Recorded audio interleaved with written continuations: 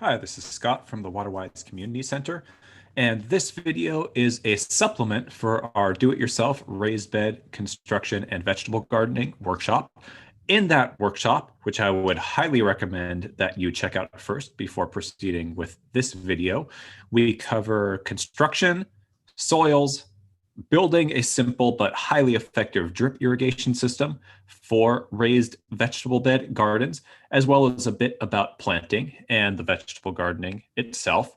But what we didn't have time to cover in depth in that workshop is irrigation or watering scheduling, meaning we have this great, highly efficient drip irrigation system that we looked at how to build in the workshop. But how do you know how often and how long to run it? That is a critical part of watering your vegetables correctly. Too much water can cause a lot of problems. Not enough water can cause a lot of problems. So we need to get it just right for the healthiest plants, the best production, and the best tasting fruits and vegetables. And so that's what this is going to be focused on. At the WaterWise Community Center, we are in inland Southern California. Our headquarters is in Montclair, and our service area is the kind of western edge of San Bernardino County. So this information, and when we get into the specifics of like run times, how many minutes to run, has really been developed for Inland Empire and is very similar. So can pretty much be directly applicable through the San Gabriel and San Fernando Valleys and like out towards Riverside. Gardeners in Southern California that are in more moderate areas or closer to the coast can use this information, but know that you can definitely water a little bit less, especially in the summer. People from other areas can apply the general concepts, but when we start getting into like charts that really have exact recommendations for the number of minutes to run, for those, you would have to kind of rebuild those charts based on local weather information, which you can do if you are motivated. And so with that, we will get into it, assuming that you are starting with a very similar irrigation system to the one that we looked at as our example. We're also going to talk about how do you use these concepts if you're just doing hose watering with no irrigation as well. It all starts with the same foundation of how do you know how much water you need to apply and how often? So if you're interested in either of those approaches, stay tuned, and here we go. So we are going to start really far back and then build upon all of it with what is irrigation anyways, and what is the point of it? And so essentially, when we irrigate, we are putting water into the soil so that the plant can gather the water it needs and use the water it needs for all of its physiological processes. That's basically what we're doing. We can't actually really water our plants. We can water the soil. And what we generally want to do is we want to water the soil really well, but then after that, we want to let it dry down for a little while because the soil system also needs oxygen. And if it's just wet all the time, it's really bad for the plants and can kill them as well. So we want to water the right amount, not too much, not too little, and at the right frequency. And doing all of that right is really one of the secrets to growing great vegetables. There's all sorts of stuff on the internet. People say, buy this, buy that. You got to use this fertilizer or this trick. And less people are really focused on just the fundamentals of good horticulture or good growing practices. And irrigation is absolutely like one of those main things that you just got to do, way more important than any of those other tricks or techniques, especially here in Southern California. And so I'm going to let you know what you need to know to be able to take that on confidently. And so that's the basics of what we're doing when we're watering. We're applying water into the soil. But how do we know how much? Well, this really basic, very simplified kind of what water is doing related to plants and the soil's image is going to be the start of that. So water gets applied to the soil either through natural rain, precipitation, or through our irrigation systems, which can also be considered precipitation. It's water getting onto and then down into the soil. Water generally leaves the soil and definitely these are the two ways that water leaves the soil in our gardens, through either evaporation, which is the sun directly hitting the soil surface. It dries the soil surface, and then soils also to some degree can then bring water back up as the amount of moisture tries to kind of equalize with the dry part of the soil. So it can kind of wick and dry more soil than just that very top layer. So that's evaporation. That's why in the summer, especially mulching in our vegetable gardens, that could either be a wood chip mulch or it can be with compost, but something on top of the soil layer kind of protecting that from the sun is so important to saving water and keeping plant roots cool.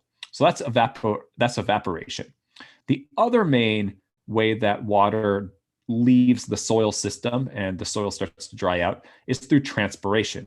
That's the water, vast majority of the water that the plants are actually using. Transpiration is sometimes referred to as kind of plant sweat. It's not exactly what's going on, but it's a close enough analogy for the kind of purposes of what we're talking about. It is water that is absorbed through the roots into the plant. It moves up through the plant, carrying nutrients as it goes, which are needed throughout the plant. It is also what's responsible for keeping kind of the leaves nice and succulent, and it's why they're not kind of all limp and dried out when the water is moving correctly through. It's what holds up or allows any stems that are not woody to be held up. Very important for the plant. If that process is disrupted, that's when plants will start to die. And so that water comes up, and then eventually it doesn't go back down, but it completes its journey, leaving through openings in the leaves called stomata.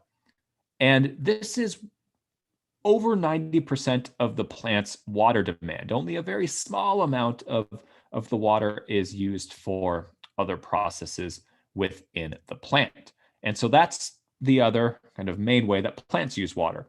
And so leaving the soil system, what happens to dry out the soil in between when we water or it rains, and then when it starts to become dry, water is leaving through evaporation and transpiration. There's a term that we're going to use, which is evapotranspiration.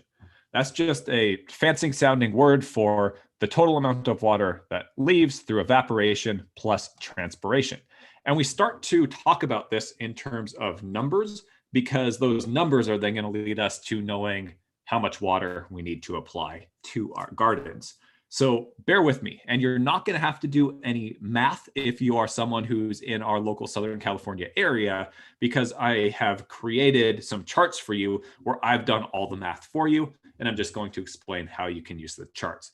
I'll go through a little bit of math as examples so you understand the charts, but if you don't follow all of that, then that's just fine. So bear with us and we will get there. So evapotranspiration is evaporation plus transpiration. It's also an important concept before we start getting to our charts called reference evapotranspiration. And there's a couple of things you need to know about that. When we look at what's called reference evapotranspiration, that's when we start to create those numbers associated with how much evapotranspiration is happening. And we do it off of a reference crop. And so it happens to be that there are three things that are all among the highest water using plants. One of which is tall fescue turfgrass. One of which is alfalfa, agricultural crop. And the other one is basically vegetables in our home gardens. Those are some of the highest water using crops. And so those, you can think of those as 100%. Every other crop at whatever time of year needs less than that. And so when we start building up to how do we do this math and figure this stuff out, we start with the highest water using crops, which keeps it simple for this example of guiding you on your vegetable gardens, because you're just at that highest amount. Keeps the math a little bit simpler. And basically, it's studied. There's been mathematical models that are created. There's a network of weather stations throughout California that are literally in these big fields of either alfalfa or grass. And they're taking all of these numbers, they're reporting it to a central database, among other things. And lots of work has been done to get to me being able to simplify this all for you using some of those numbers from all of those stations and from all of that. And so basically, reference evapotranspiration is the highest water using crop in full sun at whatever time of year, how much water is going to be leaving the soil through that evaporation and transpiration over any given amount of time. And so you can see that, not surprisingly, if you look at that at a monthly basis, which is where we generally start for our average weather, it forms a curve. July is the hottest part of the year, requires for our vegetable gardens and for most plants, requires the most water. January and December are the coolest months of the year in general, require the least. And so for the average year, that kind of forms a curve, where in January, for example, in our vegetable gardens, assuming it doesn't rain, based on the weather in our gardens, you would need just a little bit over 2 inches of water, the equivalent of 2 inches of water over that area solid, the equivalent of a little more than a 2-inch rain event to fall to replace that evapotranspiration. In Riverside, you need about 2 inches, and in San Francisco, you need less. But then when you get into July, Palm Springs, almost 10 inches of water would be needed over that month. About 6 inches, a little more in Riverside, and a little bit less in San Francisco. This all makes sense. One quick note, native and drought adapted plants in the landscape sometimes go somewhat dormant in the summer. And so this curve doesn't necessarily follow those, but definitely our vegetables, our fruit trees, our turf all follows this curve very closely. And so hopefully that makes sense. If the inches concept, you're not quite there on it yet, don't worry about that. The important thing to understand about inches is we talk about this all and start with inches, which is basically like the equivalent of, if you hear, it rained 1 inch. If you think of any area of your garden, so if you just think of like our standard 4x8 raised bed, 4 foot by 8 foot raised bed that we talked about, an inch of water applied to that bed would literally be like if you had a pan of water that was that exact same dimensions, an inch deep, and all of that was dumped or allowed to seep into that bed. It's an inch. But why we talk about it in inches instead of gallons is because then we can apply it to any size of a garden by figuring out more detailed things from there. And I'm going to provide you with the charts for all of that. So bear with me. Don't be intimidated. You can do this. And when I start actually getting to the charts based on these concepts, it's probably going to become much more clear. Usually that's the case with people. One quick note, you will see that some of, like if you compare to Riverside, you'll see that some of the numbers that I provide later are a bit higher. This is kind of a generalized historic graphic, but we have created some custom charts based more on the last few summers, what we've been seeing with local heat waves and things like that have been happening. So our numbers are going to be a little bit higher, kind of padding a little bit for your vegetable gardens, because vegetables can become stressed during a heat wave if they're not getting enough water. Whereas like typical landscape plants, if it is a few more days, they don't kind of react as poorly as our vegetables. We really need to kind of stay on top of their water needs. And so if you happen to notice that, that's why. And then just kind of providing from that historic, throughout the year, so you can kind of compare. If you add up all of those monthly numbers throughout the year, Pasadena is about 52 inches for these highest water crops. Riverside, about 56 inches, a little more. Lancaster all the way up at 71. Santa Monica down at 44. So even if you can compare though, like Riverside, kind of Inland Empire area to Los Angeles, you're still kind of close to within 10%. So those of you who are in more moderate areas know that maybe 10, 15% less water than we're talking about if you're not going to kind of create this whole chart for yourselves, and that'll get you in the ballpark. So now we're going to get local and start looking at actual numbers.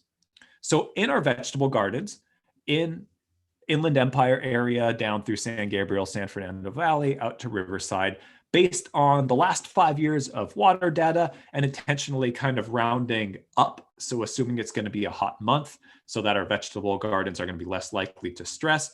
This is what we've been seeing the last number of years for that vegetable garden water demand. I want to make sure that you're successful. So that's why we're giving a little bit extra water. At the end of the day, most gardeners who don't know what they're doing, sometimes it's very often that we see water way, way, way too much. So I'd rather guide you, provide you a little bit of a cushion just to kind of get you in the ballpark. Normally getting people in the ballpark, still going to be saving quite a bit of water. And so here's what we see. January, lowest water demand month. We're at 2.4 inches of water applied over however much vegetable garden growing you're doing is what the veggies are going to need. Now, if we have a couple of storms in January, maybe that covers that. So I'm always keeping an eye out for the weather.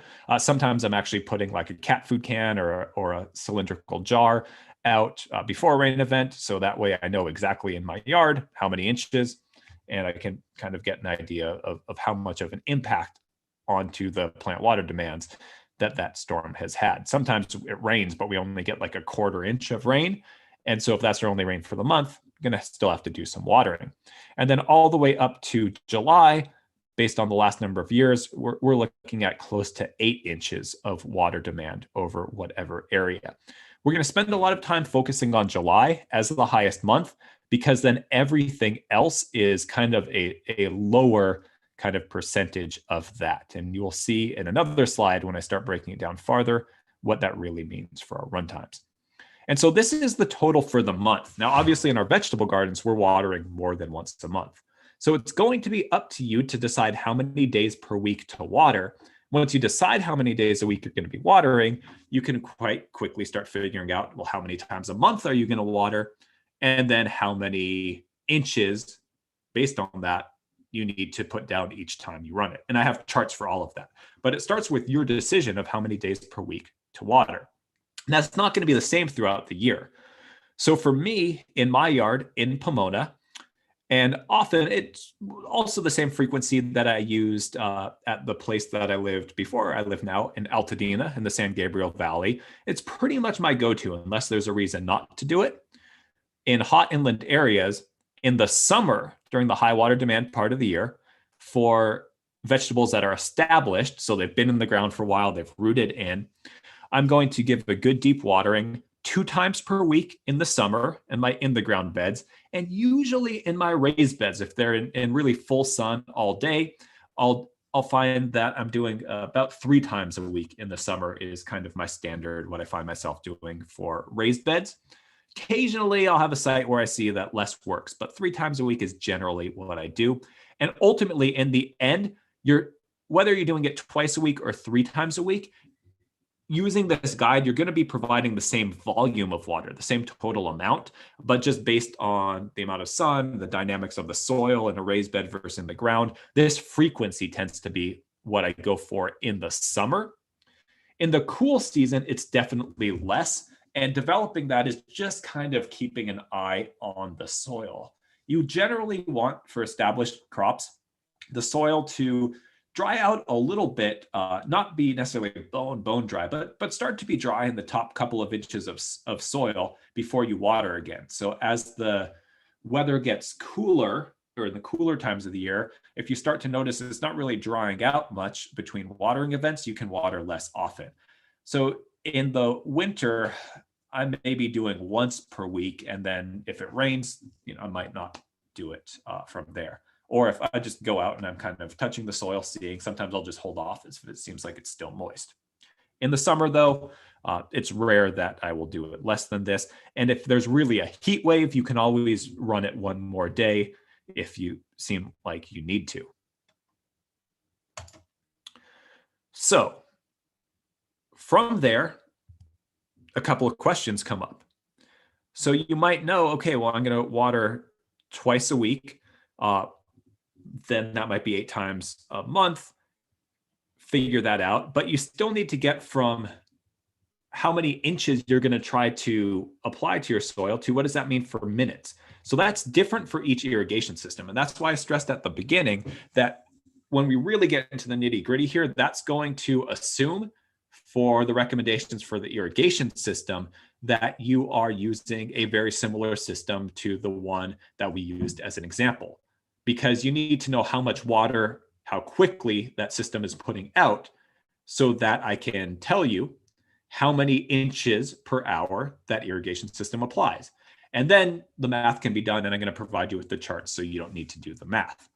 So the drip irrigation system that we used as the example has those drip emitters every 6 inches. Remember, we talked about in the workshop how 6-inch emitter spacing is important for vegetable gardens. 8 or 9 inches, some products have that work well as well. Personally, I really like the 6-inch emitter spacing, works well for diversity of crops, larger ones and smaller ones. And that our typical landscape irrigation drip comes in a 12-inch spacing or wider. So it doesn't work that well for our vegetable gardens. So 6-inch emitter spacing was the product that we used. And those emitters apply about half a gallon per hour. And we talked about the layout for a standard 4-foot wide vegetable bed of 1 line per foot. So 4-foot wide bed has 4 lines of drip spaced a foot apart with the specific spacing and the specific flow rate of the half a gallon per hour. All of that, a bunch of math that I did for you. And that gives you an irrigation system that applies about 1.6 inches of water per hour. One critical thing is we talked about how important it is to have that pressure regulator and filter. That's at proper pressure. If you don't have the pressure regulator, not only will your irrigation system be breaking parts over time and falling apart, but the flow rate is going to be off as well, because these irrigation systems are engineered to be at that proper pressure. That's how they give you that consistent, specific rate that they can tell you this is what the emitter does. And so for our example system, if you build it like that, that's going to give you a flow rate at the proper pressure of about 1.6 inches per hour. With that, then we can start to pull it all together for different times of the year. And for those of you who are going to be hose watering, I'll go through an example as well, talking about using a hose. So don't give up if that's your plan. We'll get to that in a little bit. But I encourage you, you'll see with the hose, how long you're going to have to be standing there with the hose. That's why I encourage people to install drip irrigation systems for their vegetable gardens, if at all possible, even if then you're using those adapters like we showed in the main workshop and attaching it to run off of the hose, but not having to stand there with the hose in the garden the whole time. So this example system puts out about 1.6 inches per hour. So in our area, total water demand for the month of July is anticipated to be 7.9 inches. And we're going to be watering in this example, say twice per week. So 7.9 inches divided by 8 irrigation events over the month of July gives us just about 1 inch that we need, 0.99. So basically 1 inch of water that we need to apply every time we run the irrigation system. So our 0.99 inches that we need to apply divided by our irrigation system that puts out water at 1.6 inches per hour means we need to run the irrigation system each time we run it in the month of July, 0.62 hours, which is 38 minutes. So that's how we get to our runtime of, if we're watering twice a week, 38 minutes for July. But again, don't worry. I have a chart that breaks this all down, so you're not going to have to do this math yourself if you're using these numbers and this system. Then also, if you do that same kind of math, but at 3 times a week, so that's 12 irrigation events, you're going to be running it for about 25 minutes. And from there, you observe depending on your soil, depending on your site, maybe a little bit less, maybe a little bit more. But this will get you pretty close because this is based on the actual water demands of the plant. So that is just an example of what went into providing this chart that we are going to be looking at next. And so based on this 1.6 inch per hour system, here is in this left column, the total number of inches per month that you need to apply. Then in each of these next three columns, this is minutes that you would run your system each time you run it. So if you're running your system 1 day per week, which might be more appropriate for like January, February, you would be running it about 23 minutes, about half an hour. If you're running your irrigation system 2 days a week, so that might be more in the warmer months. So for example, 2 days a week for in-ground bed, which would be totally appropriate in June, 34 minutes, 2 days a week. If you're running it 3 days a week, like for a raised bed in July, have about 25 minutes right here. So that's how you can use this guide throughout different times of the year. And you can do this in a few different ways in terms of how you actually then apply it. Ideally, what you will do is you will combine this with some sort of timer, and that could be a few different ways. At the most basic side of it, if you are literally connecting a garden hose to an adapter that's going to go through a pressure reducer and filter, like we showed in the design, then the timer is, don't rely on your brain. You will forget, and you might way overwater your garden. Might water it all night. I've talked to people who have done this before, and they'll water it for 5 days. Way too much water for your plants, and that's going to be adding on to your water bill and wasting water. So my personal policy is sometimes I do connect a hose and manually water something. My personal policy is I always set a timer on my phone for the amount of time that I want to run it for.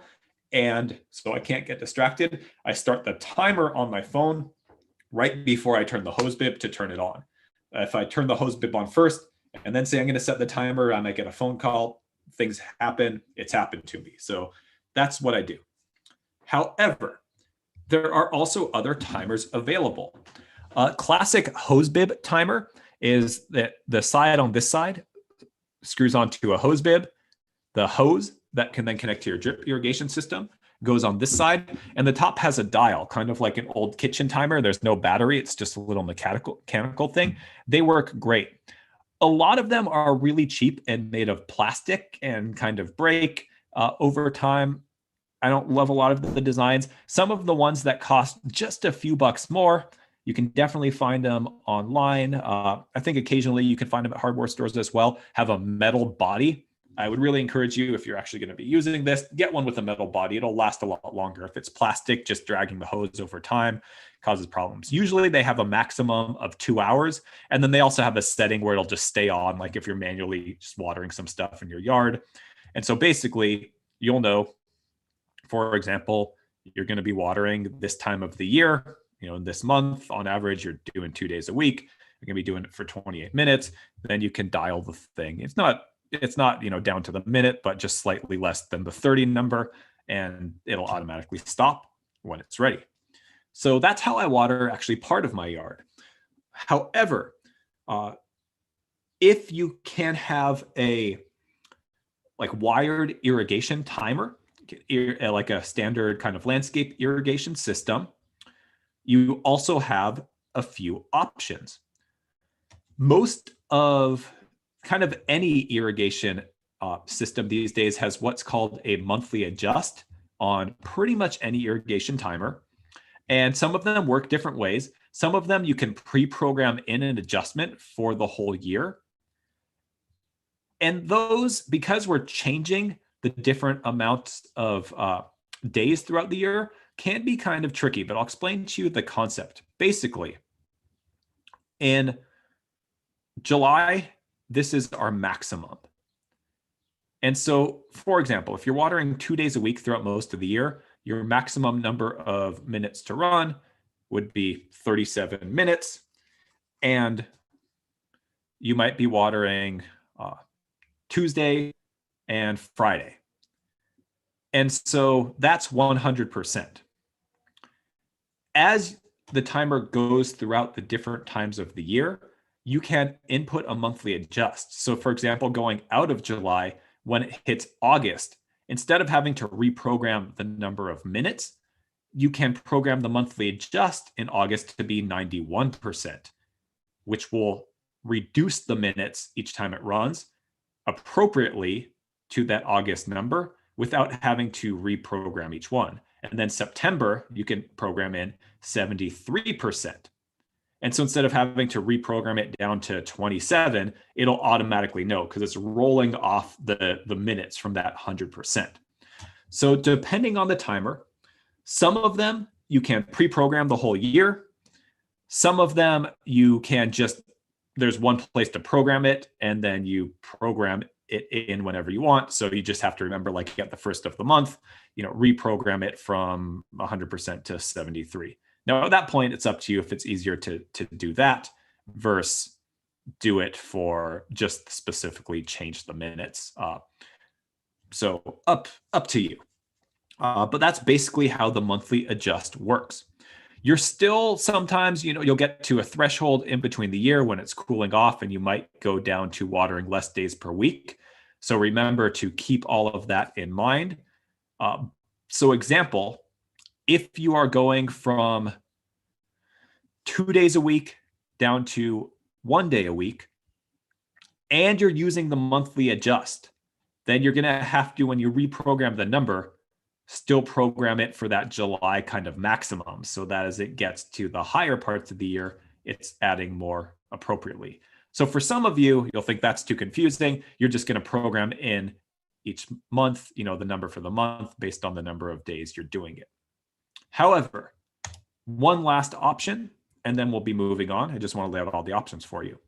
If you have a modern irrigation controller that's a weather-based irrigation controller, sometimes called a smart controller or a smart timer, you can set it to automatically make those adjustments for you. And not only will it do that, but it will do it based on the real weather. They actually connect to weather stations.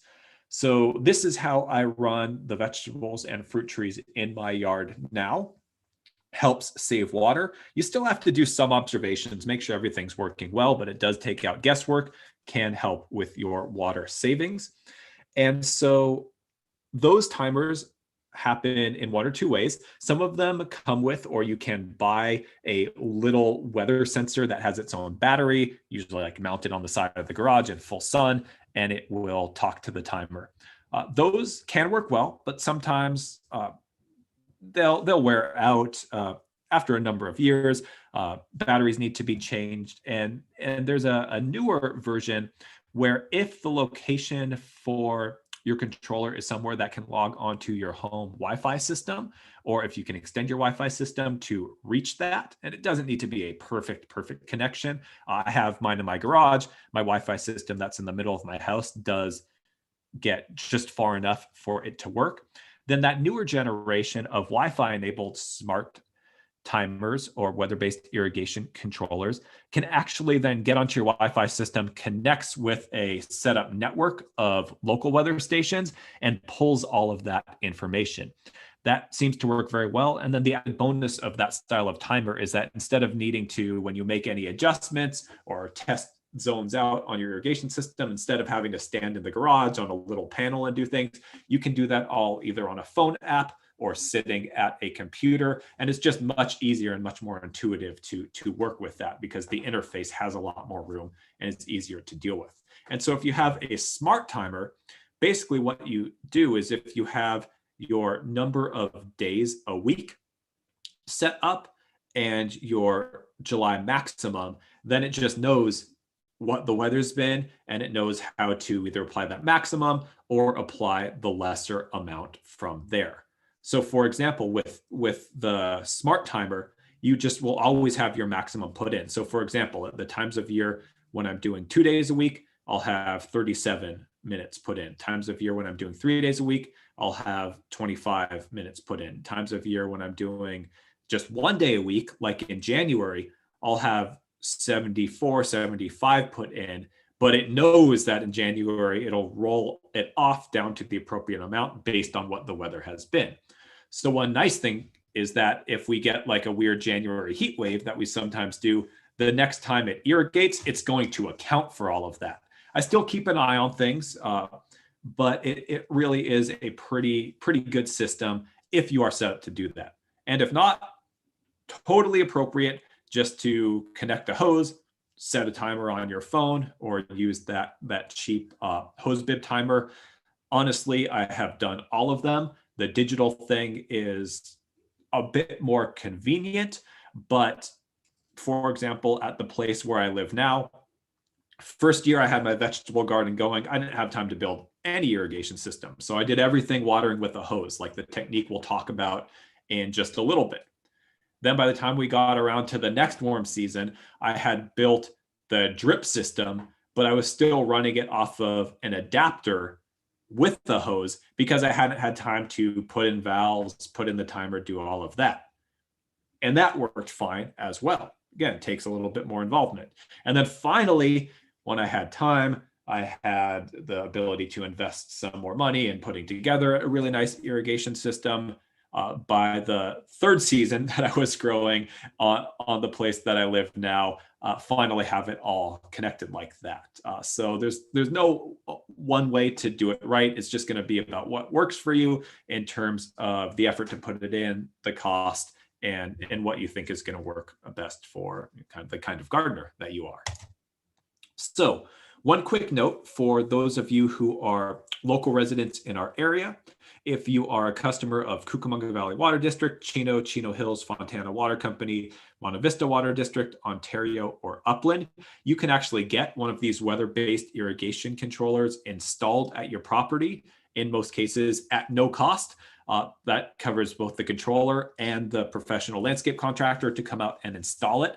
As long as you have a current irrigation system that's in good enough shape that having a smart timer that can make those adjustments is going to be helpful. So for example, if you have an old busted up irrigation system with a bunch of leaking pipes, they'll come out there, they kind of turn everything on ahead of time, take a look and make sure that it's in a good enough situation that them installing that could actually provide some conservation value. If it doesn't, they'll kind of suggest repairs that need to be made to then requalify for that. So that is a program that you can find out about. Normally it's through the conservation staff member at your local water department. So you can start by calling customer service and asking about the program and that you want to connect with the conservation person. Some of these agencies also do have the information for that program and the contact information right there on the utility website. So you can check that as well. For other people in Southern California, it won't cover the cost of the whole controller. You'll still have to install it yourself or have someone install it, but there are rebates. In most areas, there's at least an $80 rebate to help defer the cost of one of these smart timers. Depending on the smart timer, a little bit less to a little bit more than $200 is what you might be looking at. So generally not something to do the investment for most people just for their vegetable bed, but this is something that would be doing all of the other landscape areas on valves as well. And then if you have a valve installed for your vegetable bed with that proper pressure reducer and filter, then it can connect to this as well. Just a quick note, since we've covered now how to know all of these runtimes for this drip irrigation system for your vegetable garden, we also have other resources. If you might be thinking, so what does this mean for other parts of my garden? Because your sprinkler system and your landscape area, or even your drip irrigation system in your landscape area, is going to provide water at a totally different rate.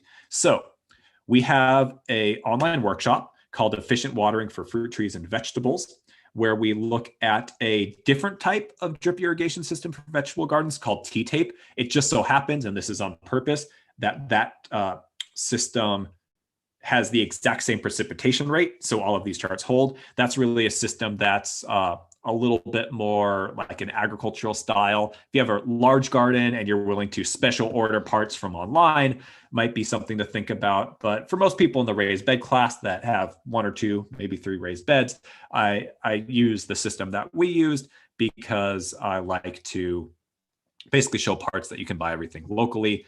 And probably in the future, when I teach that class, I might even be moving over to showing the same thing.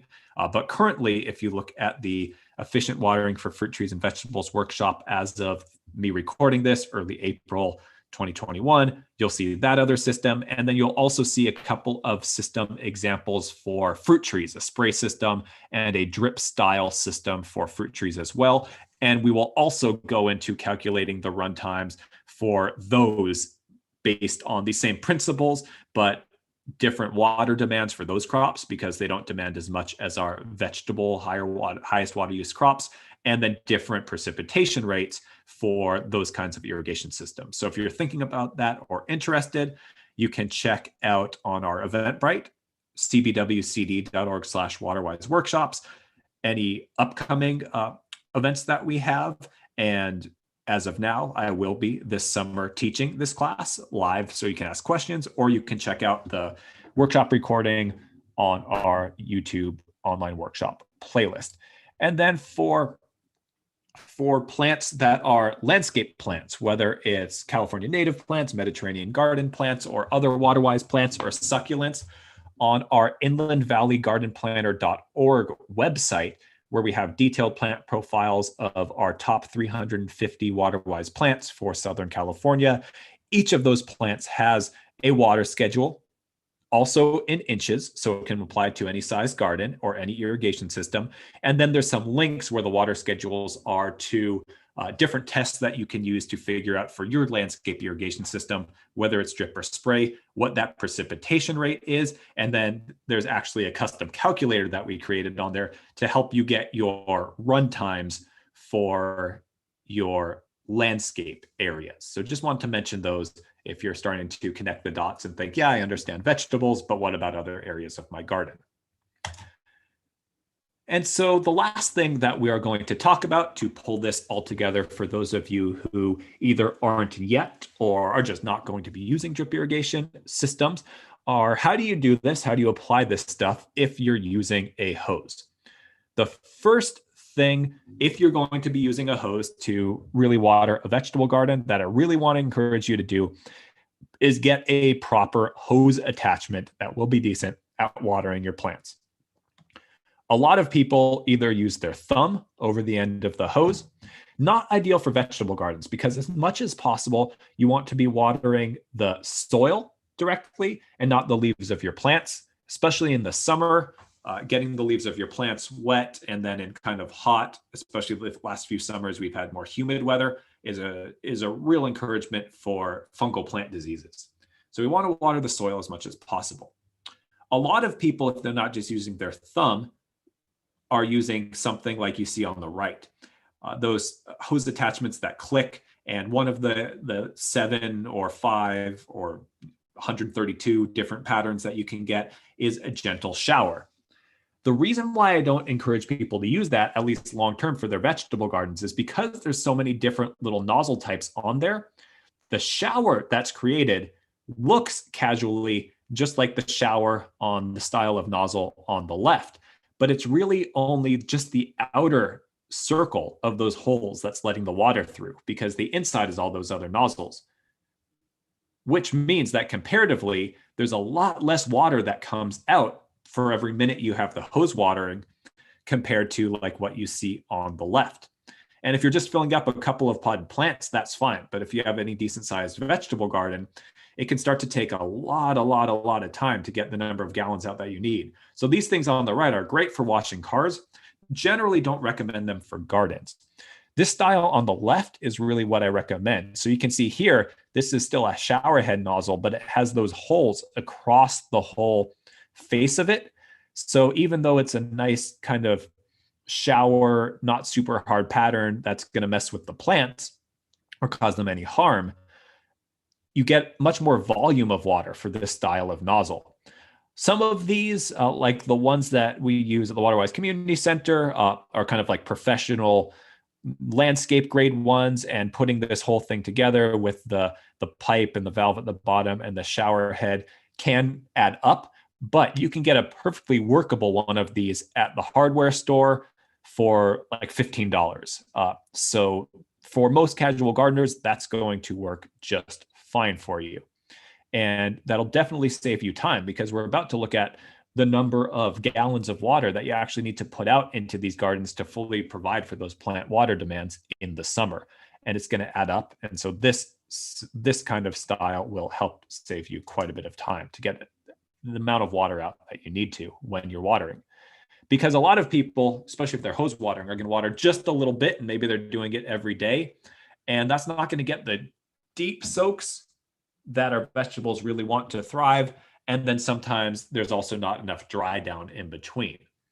So to use a chart if you're watering with a hose, it's not ideal to get those good deep soaks compared to a great drip system, but it can work. And I've done it multiple seasons of my life, my gardening life, and it works. And sometimes that's just what's going to work for where you're at. So starts with the same question. How many times a month are you going to be watering? Or how many days a week? So generally, same thing. I will do 2 or 3 times a week in the summer, depending on the conditions. There is a mathematical way to do this. I'm not going to make you do this. I have a chart for you. But basically, you start with your inches. You convert the amount of inches you need for any vegetable garden area to gallons per square foot by this conversion factor. This is just how the math works out, by 0.62. And then you multiply that gallons per square foot by the square footage of the area you'll be watering. So in this case, since we're talking about standard 4-foot by 8-foot raised vegetable beds, that's 32 square feet. And so this is just the background so you understand how it works. Or if you want to apply this to vegetable areas of other sizes, this is how you do it. So for example, in July, in this area, we're using that 7.9 inches that we talked about for a maximum number of inches for our vegetable gardens throughout the year in July. So that's 7.9 inches times that 0.62 conversion factor times the 32 square feet, which means that 4x8 raised bed needs 157 gallons of water total through the month of July. Sounds like a lot, but we pay very, very little for a gallon of water. So for a landscape area, if it was wall to wall, this in your landscape, which is similar to what a really lush green tall fescue lawn would need, that really adds up. But for just a few square feet for vegetable gardens, especially most of the time that they're surrounded by pathways, the number might seem shocking, but that's really only because most people don't know how much water they're using.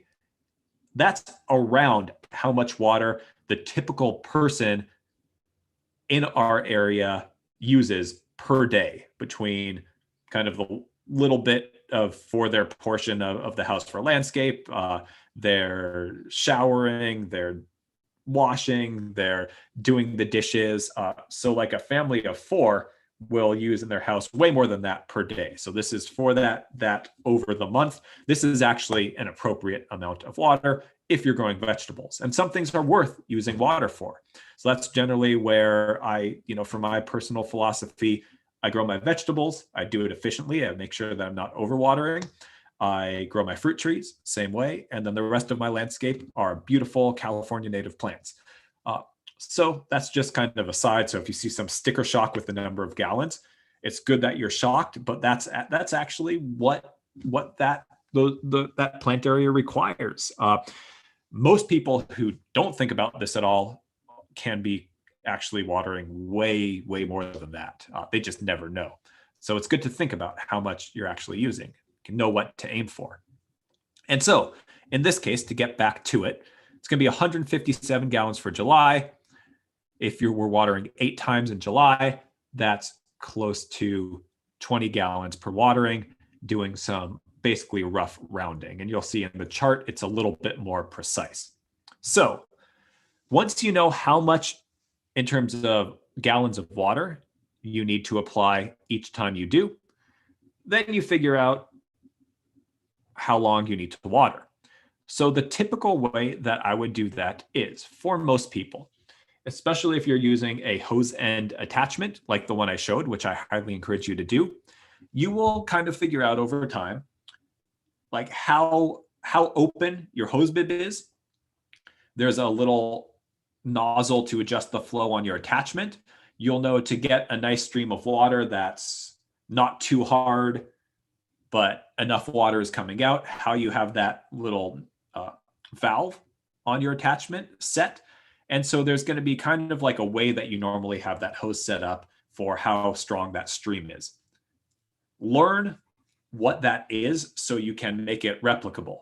That's another reason why I don't encourage people to just use their thumb on the hose. It's hard to make that flow of water replicable if you actually are trying to do this and make sure you're watering the right volume. So once you figure that out, how open you have your hose bib, how you normally set your hose attachment, then you can time how long it takes to fill a 5-gallon bucket of water. Once you have that in terms of minutes, if you want to, then you can divide that by 5. And that gives you, basically, it'll probably come down to seconds, how many seconds you need to put out a gallon of water. And then you can kind of use that chart. If you know you're going to end up with something like 20 gallons of water, though, to kind of keep it simple, how long does it take to fill a 5-gallon bucket? Multiply that by 4. And that'll give you a guide generally for like that scenario in the summer. And so you can see, to try to be really precise about it, it's not the easiest thing to do with the hose. That's why it's a lot easier to be more precise with a drip irrigation system with a very standard precipitation rate that you can figure out and then do your timing from there. And this is all not to say that you can't do like an old school way of gardening where you water and then you dig some and you learn how much you need to water to really get a good penetration. That still works. And if you're paying attention really well and really get to know your soil, really get to know your garden over time, you can water efficiently when you're doing that. However, the reason why I'm providing all this information is because I answer a lot of questions from people struggling with their gardens who are just kind of casually watering with a hose, and they never realize how deep that water is or is not getting. And they're just looking for a general guide of how do you even get started. And so this is the chart to use if you're going to try to be doing that. First column is the same. It's that number of inches for each month that you are going to anticipate applying in our area, in your vegetable garden areas. And here are the gallons for that month you would need to apply each time if you're watering just 1 day per week throughout the month, the number of gallons for 2 days a week and for 3 days a week. So for example, for your raised bed in July, if you're watering 3 days a week, you're going to be watering about 13 gallons of water each time. So you figure out how long you need to water based on your 5-gallon bucket test to put out about 13 gallons of water. And then that will give you a general guideline and you can go from there. And so you can see, though, the great convenience of having a drip irrigation system. And that's why we recommend it. But it can be done with a hose. And it's really just about paying attention, setting your goals to water efficiently, and then also realizing that even though it might mean that you're having to water one area because you might not be able to apply all that water at once, most of the time you won't water that area, go do something else or water a different bed for however many minutes and kind of come back around. That is what I had to do when I was watering my garden with a hose, and the times that I've done that. Oftentimes I'll need to go back around to an area 3 times to get that total volume of water applied. But that is the way, if you're gardening with a hose, to get that deep soak that's really going to be good for your vegetables, and then allow things to dry out appropriately without getting too dry in between. So I hope that this was helpful, kind of breaking down what is not the simplest subject, but is really, really an important critical factor towards getting it right with irrigation for a home vegetable gardening system. And again, if you want more coverage of that and also kind of breaking it down in more of a long format way, then definitely check out our efficient irrigation for fruit trees and vegetable gardens workshop, where we have a little bit more time. I'll kind of go over some of these concepts in a slightly different way and in slightly more depth, and hopefully combined with that, that will get you the information that you need. So please join us for our other workshops. Sign up for our newsletter, hear about our new programs and resources at cbwcd.org/newsletter. And we hope to see you sometime in the future at our WaterWise Community Center demonstration garden in Montclair.